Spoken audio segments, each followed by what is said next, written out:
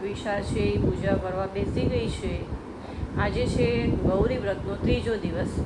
તો આજે તો એકચ્યુઅલી એને પૂજા તો ક્યારની સ્ટાર્ટ કરી દીધી હતી જાતે જ, અને હું એનું થોડું કામ કરતી હતી, બધું એનો નાસ્તો ને એવું બધું મેં એનું પેક કરી દીધું છે. અને જુઓ અત્યારે કરે છે પૂજા. હવે મારે કંઈ ઇન્સ્ટ્રક્શન નથી આપવાની જરૂર ટ્વિશાબેનને, એને મોસ્ટલી બધું. આજનું વાતાવરણ એકદમ વાદળછાયું છે. તો આ છે ને પીસ લીલીના જો 2-3 લીફ છે ને એ આ છે નવા. તો હોપ કે આ મસ્ત મારું પાછું હતું એવું હર્યું ભર્યું પીસ લીલી થઈ જાય. અને જો અમારા બીજા બધા પ્લાન્ટ્સ.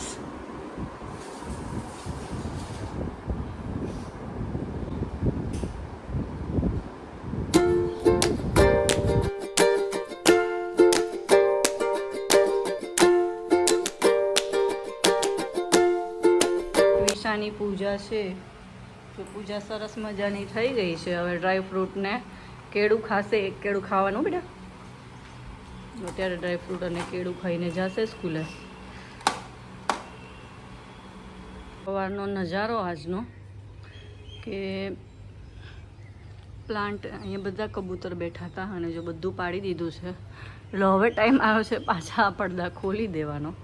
તો જો ખોલીશ તો જ આવતા બંધ થઈ જશે, કારણ હવે પાછા બેસતા થાય ને તો પાછા બેસતા જ થઈ જાય છે ને બધું ગંદુ કરી દે છે.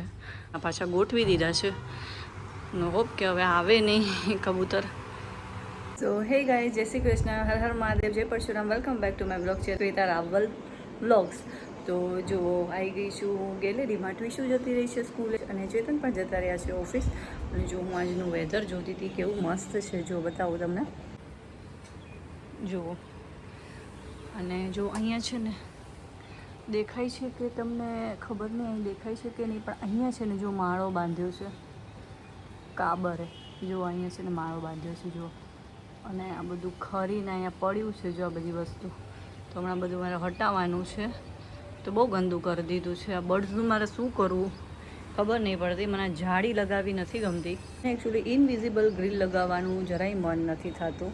બટ હવે આ એકચ્યુઅલી મારા ફ્લોરથી બધા જ મારા ખ્યાલથી ઓલમોસ્ટ બધી જ જગ્યાએ ઇનવિઝિબલ ગ્રીલ છે, કબૂતરની જાળી છે, એ લાગેલી જ છે.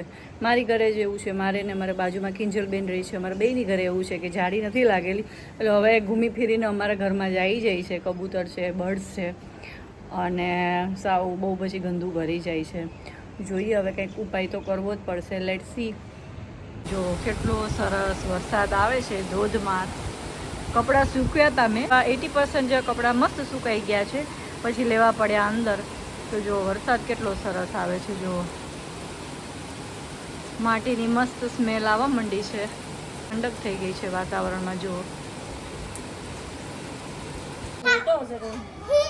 જો આ અમારા ગાર્ડનમાં સ્મેલ આવી છે, તો થોડું એને સાઈડમાં કરીએ છીએ. એ મોટું પાંદડું જોયું છે. આ તો એમને આ તો ઊંધી પડી છે. એ તો થઈ જાય. હા એવું કરીશ, પણ પહેલા પછી પેલું જે મોટું પાંદડું છે ને એ લઈ લે. પેલું આ જે છે ને ફ્લાવરની પાછળ મોટા. હા એ દેખાતું નહીં, ઝૂમ કરતા આ જ છે. દેખાતું નહીં, અંદર ગોઈ ગયું લાગે છે. તો આજે ડિનરમાં છે ખીચડી અને કઢી બનાવી છે. મેં મારી ફ્રેન્ડને બોલાવી હતી રોટલા બનાવવા માટે. તો જો રોટલા બની ગયા છે ને મૂકી દીધા છે કેસરોલમાં. મેં છે ને મારી ફ્રેન્ડને બોલાવી હતી રોટલા બનાવવા માટે, કારણ કે એ રોટલા છે એ બહુ સરસ બનાવે છે. હમણાં હું નીચે જે થોડી વાર બેસીને પણ આવી અને ડિનર પણ થઈ ગયું છે. હવે બસ ચેતન આવે એટલે જમી લે. તો ચેતનને એકચ્યુઅલી આજે છે રોટલા ખાવા હતા. મને કે તારા થોડા જાડા બને છે. તો પછી મેં કીધું ચાલ મારી ફ્રેન્ડને જ ફોન કરું, એને બહુ સરસ રોટલા આવડે છે બનાવતા. તો એને ફોન કર્યો તો કે હું નીચે જ બેઠી છું, તો આવી જાઉં છું બનાવવા. તો એ આવી ગઈ હતી અને બનાવી દીધા છે રોટલા મને.